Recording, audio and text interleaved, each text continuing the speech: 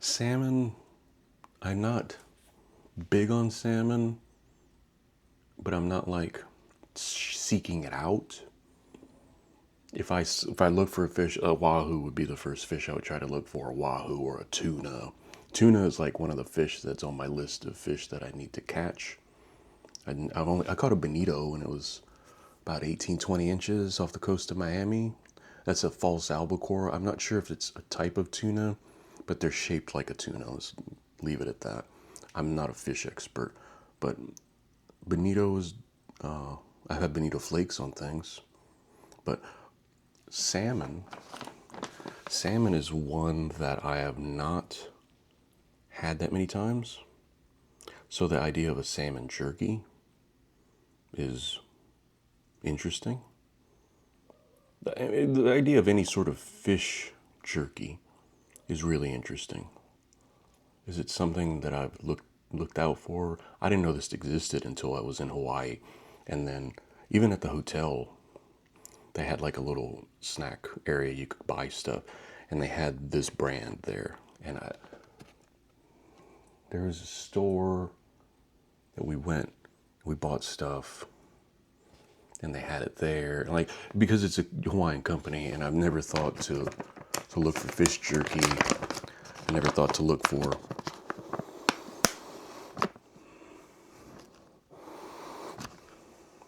does not smell like oceany or anything like that. You can just smell the spices.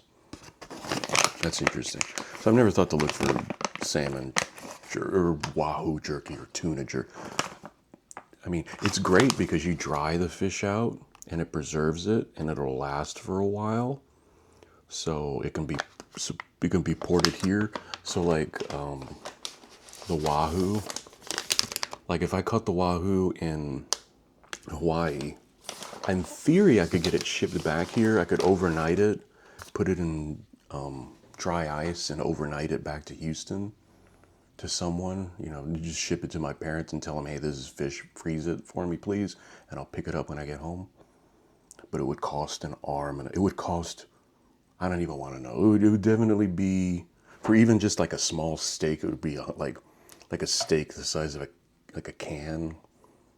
I don't even know. I would guess somewhere around $100 just because of the weight, because the dry ice is heavy and blah, blah, blah. Anyway, I digress. Anyway, salmon.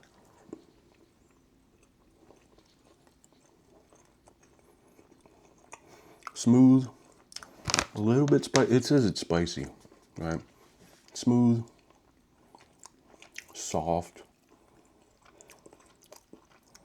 The spices come through nicely, but not a bad way. It's not fishy, not salty, briny. I mean, it doesn't smell like the ocean. On the very, very back, on the aftertaste, in the back of your mouth, if I breathe in and out and kind of like let it fill my head, it's a little bit of a fishy. I don't mean fishy in a pejorative, in like a negative sense. No, just it's nice, it's smooth, it's silky.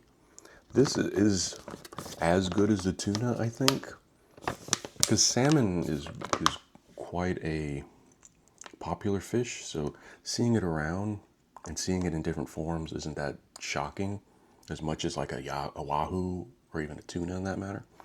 But this is really nice.